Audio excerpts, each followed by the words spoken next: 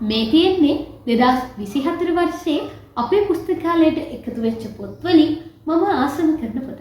ඒ වගේම මේ තියෙන්නේ මම ආසම කරන කාඩ් එක.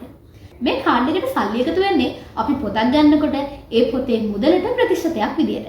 ඉතින් මේ කාඩ් එකේ මේ අවුරුද්දේ එකතු වෙච්ච මුදලින් තමයි මම මෙන්න මේ පොත අරගත්තේ. ඒ නිසා මේ පොත මට ටිකක් විශේෂ පොතක් වුණා.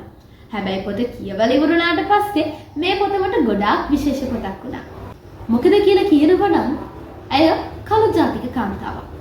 පුංචි කාලේ ඉඳලම අරව කන්න මේව කන්න එතකොට ඔයා සුදු වෙයි කියලා වැඩිහිටියෝ අපිට කියනවා.